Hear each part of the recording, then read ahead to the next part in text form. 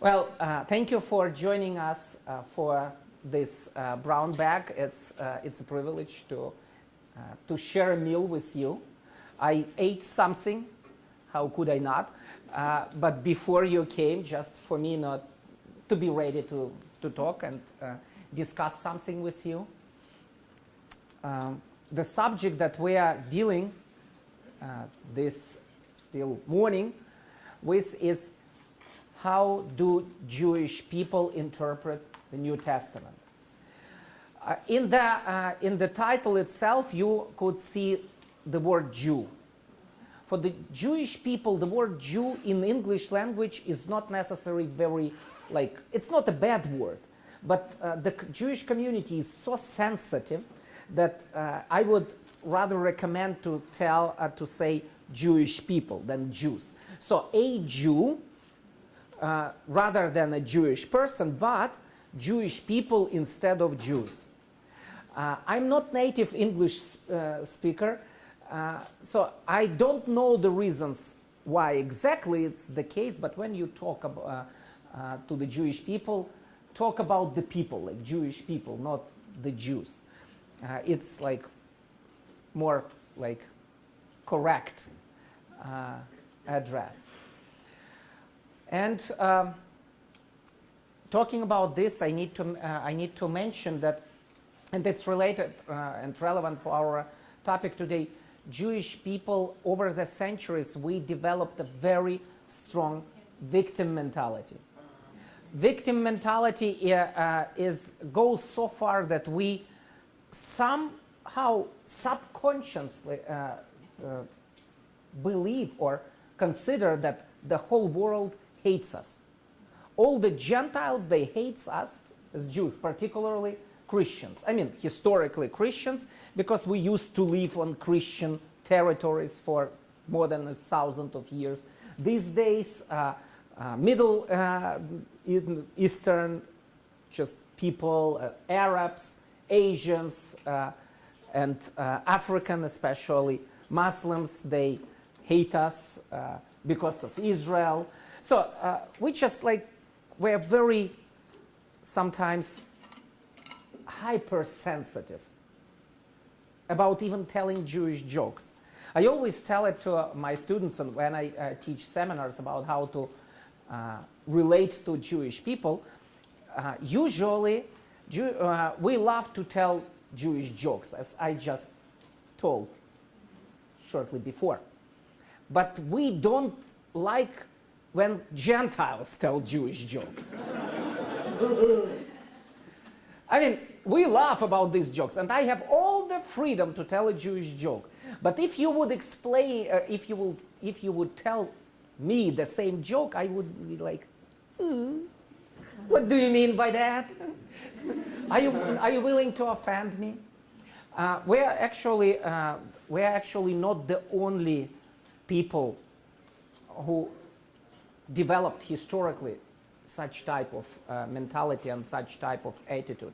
Probably it's the case with every people group that was oppressed and suppressed and marginalized in the history.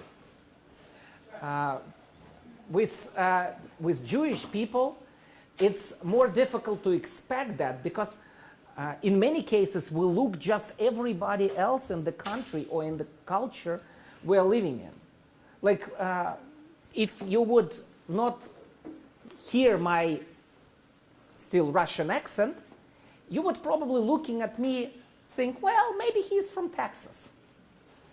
And then I start talking, then I'm not Texan accent. But it's more difficult to imagine that Jewish people have this mentality, and still we do. And it's related to the issue of reading the New Testament. And you will see why. Do Jewish people read the New Testament usually? No. That's a correct statement. Jewish people usually do not read the New Testament. Why? Why not? Why? For the Christians. For the Christians, okay. But Well, maybe some other books written in the world, they are also not directly to us, but we can read it. So why we don't read the New Testament? You're right, but there is even more to that. Don't the rabbis tell them not to in specific? Rabbis don't read the, it's like no go. Yeah, it's a no. Okay, good point. Keep on. They reject Jesus as the Messiah? Reject Jesus as the Messiah, but we also can reject like communism or Marxism, although Karl Marx was a Jew, and still we don't mind to read some of his stuff. With the New Testament, we're even more cautious. Go ahead. Because of like the pogroms and the Spanish Inquisition and the Crusades that were targeted, unfortunately, against the Jewish people by Christians. Good. Another good point. Everything what was said is excellent, actually. Another point: the relationship between the church and the Jewish people. So, if it's Christian, it like belongs to our enemies, quote unquote, historic enemies. So the animosity between the Jewish people and the church just created the assumption that we are not to affiliate with the church at all. That's why a Jew can come into like a museum of atheism, but not necessarily so easy in like a Catholic church. Okay, other ideas? Does it have anything to do with the way like, the Jewish people are addressed by some of the writers of the New Testament? Excellent point as well. Just let's consider some passages in the New Testament related to the Jewish people. Do you remember some passages that don't sound too nice to the Jewish people or about the Jewish people? When they were accused of crucifying Christ? Yeah.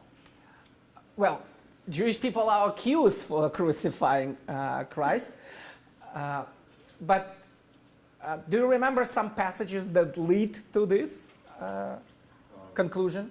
Isn't there a place in the Gospel of John where when the high priest says, let his blood be upon us and our children? In fact, it's not just the high priest who said that. The whole Jewish crowd that was there told that. And that's something what is imposed as the guilt upon the Jewish people since that time by Christians. The Epistle of Galatians, Paul says there's neither slave nor free, Greek or Jew, and a lot of folks take that to be like we're all equal and there is no special place, essentially diminishing God's heart for Jewish people. Well, so for correct, for the Jewish people, let's put ourselves. I would encourage you to put yourself in the position of a Jewish person, a Jew reading the passages that we just mentioned. So let's for example, try and read the passage from Galatians. There is no Jew, no Greek, there is no, something like that. If a Jewish person reads this passage, what is the feeling? They've just lost their identity. Exactly. And according to the survey among American Jews, about like 95 or more % of the Jewish people in the United States are proud to be Jewish. And the Jewish identity still matters. So when I read this passage in Galatians, my goodness, this book takes my identity and belonging to the people away from me. Not nice. For example, if you read the passage, his blood, so kill him, crucify him, they were crying to the Pilate about Jesus, and just his blood is on us and our children. What do you feel if you put yourself in a Jewish skin? You just put a blood curse on yourself and all your people for all time.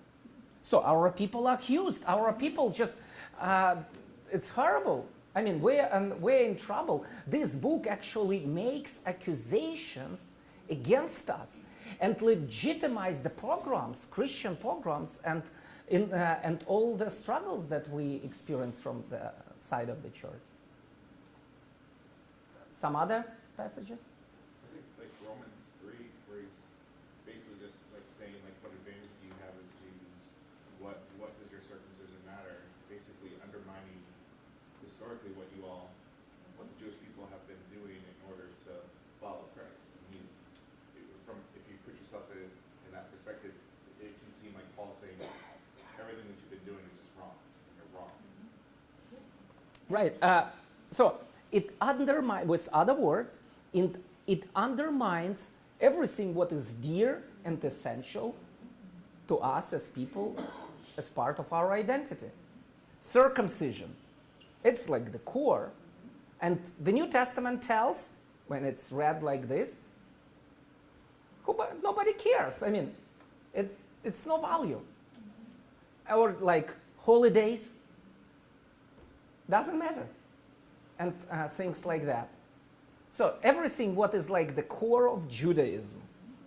And to the core of Judaism, there is like circumcision, Shabbat, Torah, and the dietary restrictions. It's something what is usually identified as at the core of practical Judaism. In the New Testament, everything like this seems either obsolete or even bad. Like in the book of Galatians, if you read it, it's just like even evil. It's even like evil stuff, wrong stuff. So when you read the New Testament like this, not good. I mean, it's certainly not for us. If like a normal Jewish person reads it, something else. Hmm? What is that?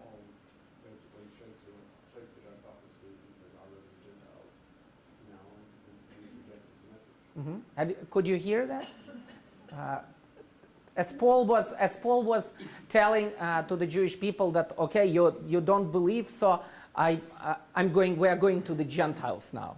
The very next city he went to the synagogue first again.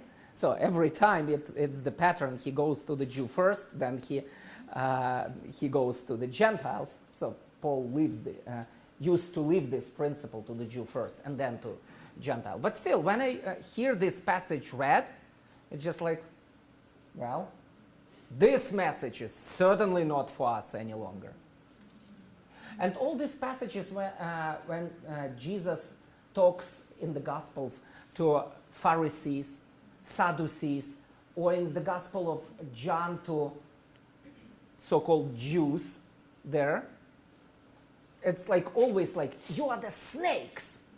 You killed the prophets. And then all these passages, Jews were seeking to kill him. Yeah. Now, if I'm a Jew, as a Jew, I'm coming to like a good Christian church. And somebody reads from the New Testament passages like this. How do I feel? Bad. I feel like, as I was a student at DTS some years ago, I was sitting in a class. And the class was dealing with the Gospels. And the professor was going over the passage where the mother of two Jesus disciples was interceding on their behalf for them to get better places in the kingdom of God. As he was mentioning that, he said something like this. So I was listening, everything was fine, I know this passage, I believe in this passage, it was just like good stuff. I felt like safe and comfortable, and suddenly he said, a Jewish mother, she always tries to get like something good for her children. In this context, she is like not quite positive player in all this game in the gospel at the moment. because Jesus was not very happy about this interceding. And now it's like general Jewish mother attitude. And I'm just like, it's a big room full of students. And I'm like with kippah there. And everybody knows that I'm Jewish. And probably nobody else in the room is Jewish. And I'm just like, ugh. I felt bad. I didn't feel myself at home any longer in this room. Nobody was looking at me, probably. But in my body, in my soul, it was like the whole class is looking at me at this very moment. It's just like, it was not an easy moment for me. I still remember that, although it was years ago. So I went to the professor afterwards, and I just said, I know that you did mean it, but just try to put yourself in my position. And he evidently got the message, got the point. And I know that this professor is a good man, and he didn't mean it, and he didn't have to know how I feel in this situation. I'm trying to make a point for you to understand how a Jewish person feels when he hears the passages from the New Testament read and interpreted sometimes by the Gentiles, by Christians. It's like the communication is, Jews are bad. Everything Jewish is bad. I know that most of the Christians, or I hope most of the Christians don't mean it, but that's the New Testament communication, how it works. Now, what can we do about that? What is the solution? Oh, go ahead. Can I ask a question about Yeah, that? sure, absolutely. Go ahead. In Acts, when Peter's in the temple and he preaches, and there's a massive migration to the gospel, what does the Jewish people think about those people? Do they think they defected? Those who believed in the gospel? Yes. Because, thousands were brought. It's probably very psychological issue. But I doubt that Jewish people notice that. It doesn't hurt us. It's just like 2 Jews, 3 opinions. It's okay. We don't care about that. What we do care about, it's like what sounds to us as an accusation, as an aggression or like offense against the Jewish people that we might sense when we hear the passages from the New Testament quoted by a Christian pastor, for example. So what you're saying, and what I'm getting, maybe I got this wrong, it's okay if they convert to Christianity, as long as Christianity doesn't say anything anti-Semitic to you. It's not what I mean. What I mean, they don't notice that passages even. When I talk to Jewish people who know why they don't trust the New Testament or don't want to deal with the New Testament, usually they talk about the anti-Semitism of the New Testament. So the New Testament is anti-Semitic book for them. You see the point? So they don't see anything good. They see something what supports this victim mentality that is also historically determined, by the way. And just a second, I will do it. So it's very challenging because we hear it and see it through the lens of the past history, and who is reading this passage to us. Go ahead. Doesn't an expectation or the framework of the Jewish converting, doesn't that set a negative connotation even when you're listening to the Jewish people? If us as a Gentile would expect them to convert, such yourself in that saying, believing that we have not converted to Christianity. It's a great point, conversion is a horrible word for the Jew, for a Jewish, for a Jew. It's horrible because conversion doesn't mean to convert from the sin to God and just return to the true God through the Messiah. In Jewish mindset, it means converting from Judaism to becoming a Gentile. So it's like, it's not coming to something better, it's abandoning something what is dear to us. You're rewriting your cultural identity. It's just abandoning your people. It's abandoning your heritage. It's abandoning your ancestry. It's abandoning your family and parents. It's just like leaving everything what is dear to you. So, and like with Abraham, in the Bible, it had to happen. But talking about the Jewish people, that's what they hear. I abandon my Jewish family to become a Gentile. Is it biblical? Not. But that's what they understand with conversion. So talking to Jewish people, don't use the word, please don't use the word conversion. It's not what we are trying to achieve. In fact, we try to bring the Jewish people back to the God of Israel and to their Messiah who loves them dearly and wants them to experience his peace. And as Paul was writing in the book of Romans, a good Jew, the Jew as God wants to see him, is the Jew who believes and follows Jesus. So actually, we are not taking Jewish people out of their Jewish family, so to speak. We are making them a better part of the same family in the Messiah. Go ahead. When you became a believer, how your family and me, I'm talking about brothers, sisters, mother, father, how they treated you? I don't have siblings, unfortunately, or fortunately, depending what experience you had as children. But my parents reacted. They're atheists, liberal Jews, strong Jewish identity, but they just reacted sort of, well, it's just for a season. In a half a year, he will change his mind. But then, after like about half a year, I decided to abandon my secular career and become a full-time missionary to the Jewish people. That was the most horrible news to them. So they got very mad with me.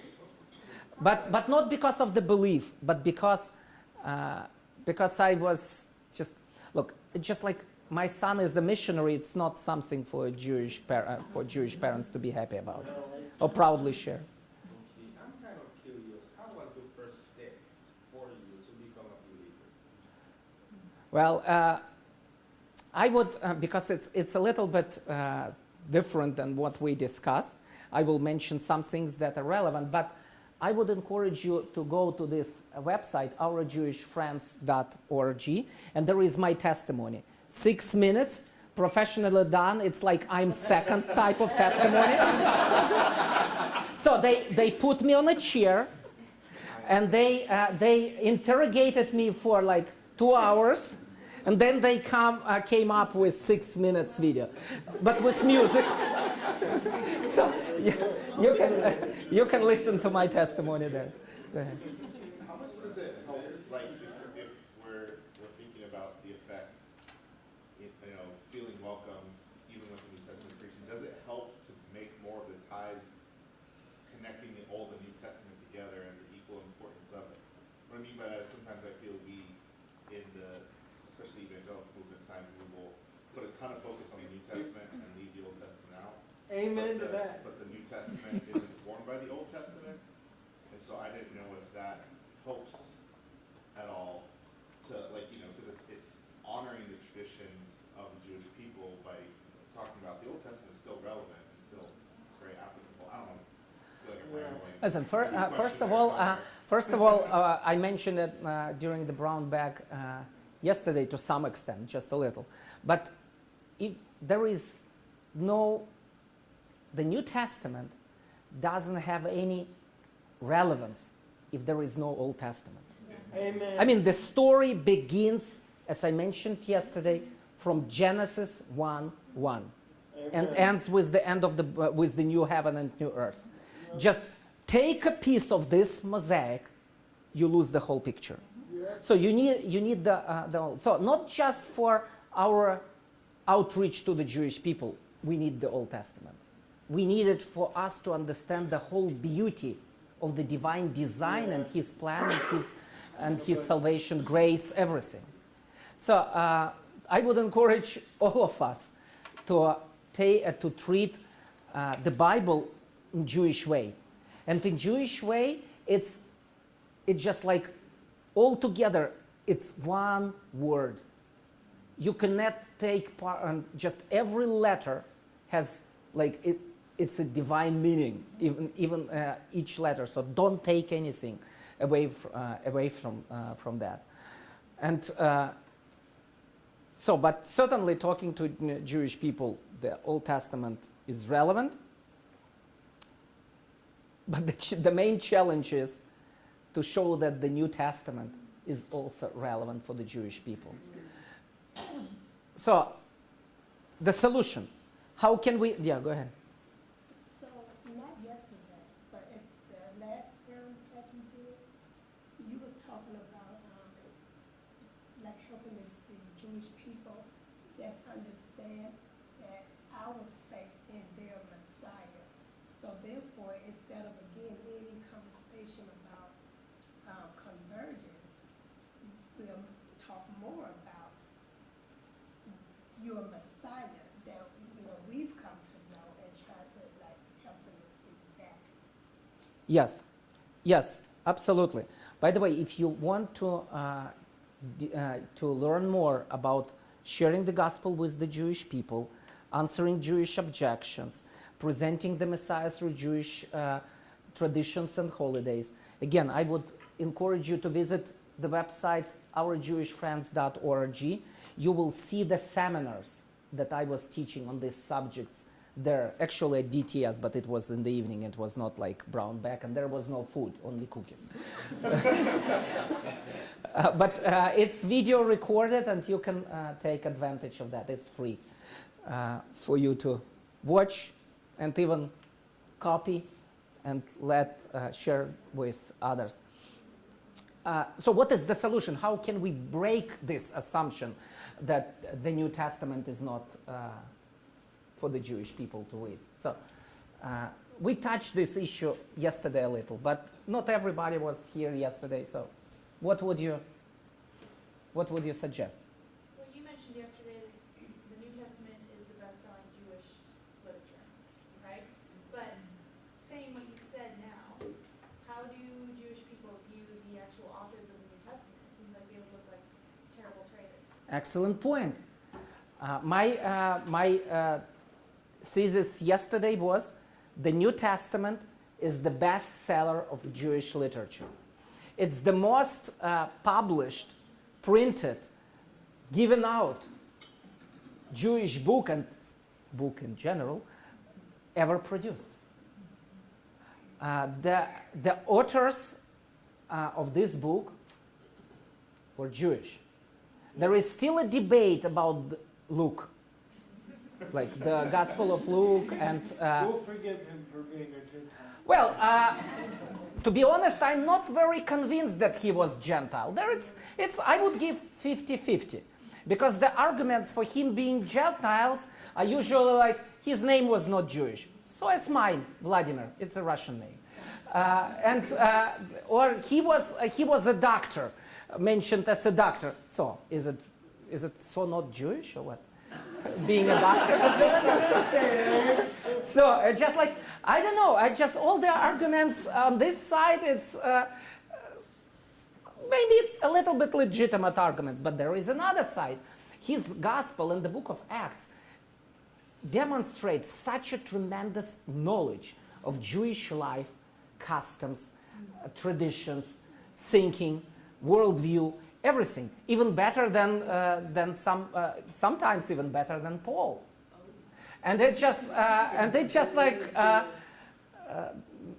even those who consider Luke as Gentile, they say he was probably a proselyte. He spent too much time with the Jewish people. He became sort of like Jewish. He was born not, but then he became, I don't know. It's just like the Gospel of Luke and the book of Acts. It's very, it's very solid Jewish context and content books. I mean, if we talk about Second Temple literate Jewish background, the Gospel of Luke and the book of Acts, just like a textbook of comparison and understanding of the Jewish kind of thinking, the first century AD. So the Jewish authors, and I would say to much extent Jewish audience as well. Like, for example, the Gospel of Matthew is considered as the gospel written to encourage Jewish believers who were struggling and oppressed by the mainstream Jewish community of that time. So all the books in the New Testament are written with the knowledge of Jewish life, as part of Jewish life, even with Jewish accent. That's why New Testament Greek, sometimes usually called Koine Greek, but it's also in many cases called Semitic Greek, because it's so full of Jewish accents. Accents like mine is Russian, and sometimes my English grammar is not perfect, as the same was the case with a number of New Testament books. So it has Jewish humor, Jewish stories, Jewish type of presentations, midrashic style of rabbinic discussion and interaction. The New Testament is a pretty Jewish book. But now, how do we deal with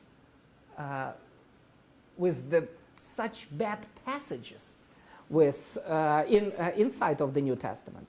In this regard, I want you to go, if you have your Bibles, to Isaiah chapter 1, verses 4 and 5.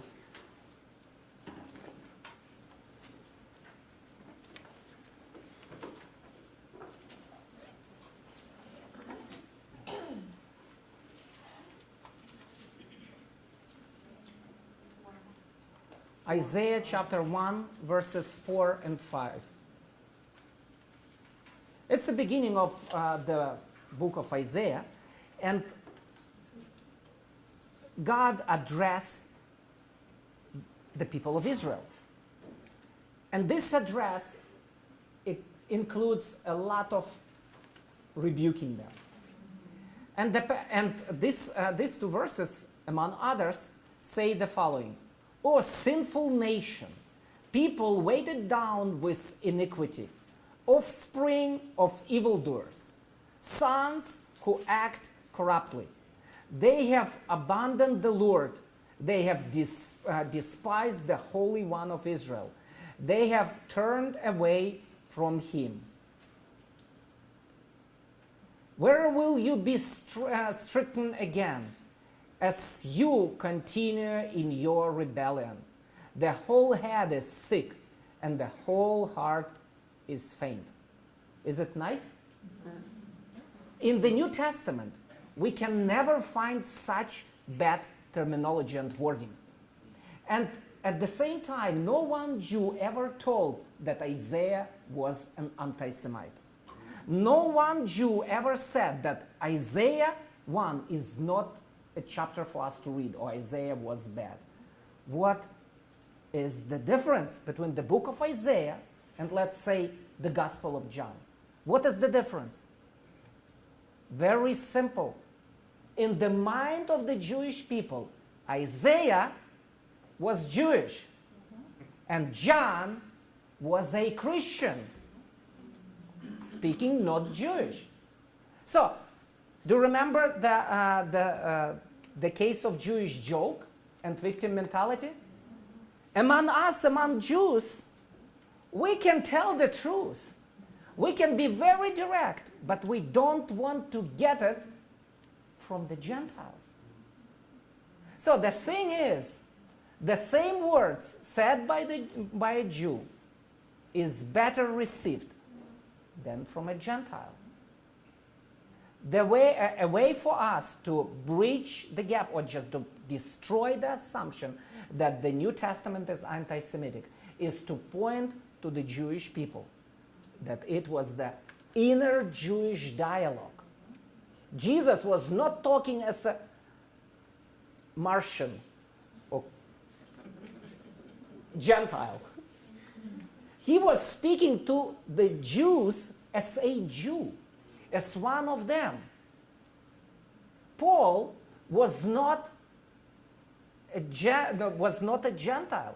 He was Jewish. That's why Paul was constantly in the book of Acts and in his letters, he was telling, I'm Hebrew, I'm Israelite, I'm Jewish. Just like, listen to me, I'm not a Gentile. Look, I'm even circumcised. You see the point? It's that's very important to show that it was like inside of Jewish people dialogue and discussion. Otherwise, if it's said by Gentiles, it's anti-Semitic.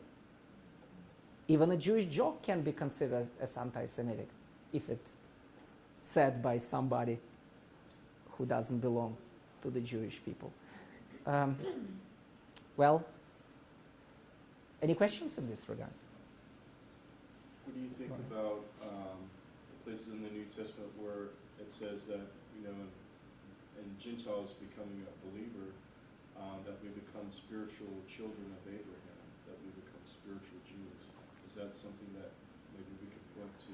Well, we dealt with that yesterday. It's a very good point, good question. We dealt with that yesterday. It's recorded. For the sake of those who were here yesterday, I don't want to repeat much, but just generally, listen to what we were discussing yesterday and talking to Jewish people. You can say, actually, to a certain extent, I'm involved in your destiny, sort of. Listen, Israel for me is not, or Jewish people are not the people I don't care about. To a certain extent, I belong to that. So if you are in trouble, I will probably share your troubles as well. According to the Bible, in Jesus, we are not foreigners to each other any longer. But you need to think carefully how to communicate that. So, but with other words, there is in many cases discussion like how Christians should treat Israel as the state. The land of Israel is not just the land for the Jewish people. In the future, it's the land of the Messiah, the land of His kingdom, and it concerns all of us who believe in Jesus and follow Him. Was there a question? Yeah. So my question was: have you ever had any evangelistic experiences with Jews where you were actually able to convince them, by looking at these Old Testament and New Testament authors that basically the criticism is coming from both testaments? In the I heard testimony of many Jewish believers who believed by reading the New Testament. For me, it was to a part also very, very significant in the way at a certain point I got a suspicion that reading the New Testament, I can understand the Jewish history of the 1st century AD better. So the New Testament became sort of closer to me. But I know a number of testimonies of the Jewish people who opened the New Testament and the first verse, Matthew 1:1, It's the genealogy of Jesus, the son of David, the son of Abraham. And they're just like, wow, he's one of us. Can't believe it. So, and then they started reading the following verses, chapters, books, and were becoming believers. So there are testimonies like this. Please. So, because there's so many things that can point to the Jewishness of the authors of the New Testament, you mentioned some of them. Where do you suggest we start in trying to convince a Jewish person of the Jewishness of the New Testament, so that they can remove the horrible idea that these are just Gentiles banging against that kind of thing? I would start, it's an excellent question as well. I would start from the very beginning, from the Jesus nativity, birth story, his circumcision, and his dedication. The story that usually Christians read and sing for the Christmas season. Because in these stories, when you read it next time, you will see the king is born. The king of the Jews, the one who brings to the Jewish people what they were longing for. From the very beginning, the gospel is the good news for the Jews. The thing is, and the challenge is for Christians to take this, like I would say, the veil of blindness to see the good news for the Jews there. I mean, the rejoice of Israel. It's not first of all about like Russians or Mexicans or Germans or Chinese. It's first of all about the people of Israel. So if you read the first chapters of Matthew or Luke, it's good news for the Jews. Yeah. And if you will see that, you can communicate it to the Jewish people, So just let me quickly finish with an example, finish this point with an example. Recently, the Christmas, last Christmas, in Berlin, I was invited to a Christmas celebration to one young couple. So, as well as like 5 or 6 or even more unbelieving Israelis. So we sit together, and the host, it's at home, so he says, let's read the Christmas story. And the Israelis and Jewish people came just because, well, why not to celebrate Christmas with these nice Gentiles? They come to celebrate Hanukkah with us, why not to celebrate Christmas with them? So they sit there, and the host says, let's read the story together. So everybody got the Bible in Hebrew or in German or in English. So we open and everybody reads a passage like from the Jesus birth story. And you should see these Israelis. They read the New Testament for the first time in their life. So they start reading the story and they just like, wow! Because suddenly they were not reading that with the eyes, it's Gentiles and it's for Gentiles. That's the story of Israel. It's the good news for us. So you should see how it worked, how it impacted them. It was a powerful experience. So try to read the Bible and the New Testament through Jewish eyes. And I'm not trying to speculate about like Jewish thinking or Hellenistic thinking, Greek mentality, Jewish mentality. No, just read the Bible and the New Testament as it's written. And when you see Israel, read Israel. When you see salvation or redemption and glory for Zion, etc., read it as it's written. See Israel when it's the time to see Israel there, and it's on every page of the New Testament. It can't be that simple. Sorry? Can't be that simple. It can. It is. A follow-up question to that. But if they're against reading the New Testament because they think it's a Gentile book before they try it, how can we lovingly sneak it in, kind of a thing, or you know? You're not going to speak anything because you're good. Jesus' life, as you were just saying, as they're reading the Christmas story, they're seeing the revelation of his Jewish identity, for example, in those birth stories. Right. So.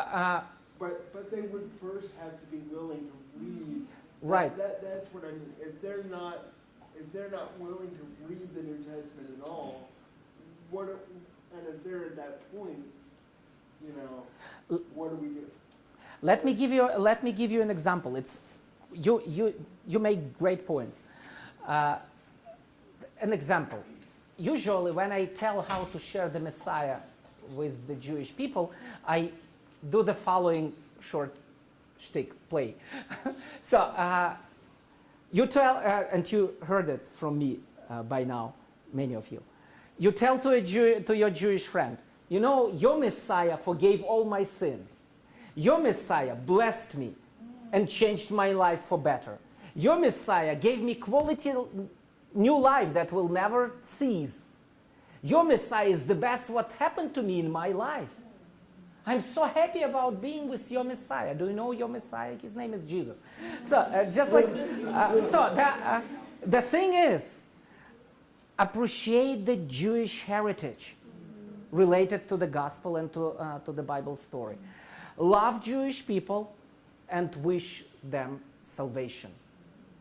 And when you do, the same is applied to the New Testament. You know, I love this Jewish book that I'm reading. Have you heard of the New Testament? It's such a Jewish book. There is so much about Israel and about your people, and it teaches me to love Jewish people and to love Israel. So can I show you something from what is written about Israel there? Let me show you from the Christmas story. Let me show you something. You see what I mean? Bridge the gap between the Jewish people and their Messiah.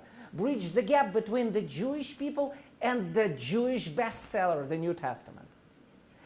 First of all, just get it in your mind, embed it in your mind and your understanding.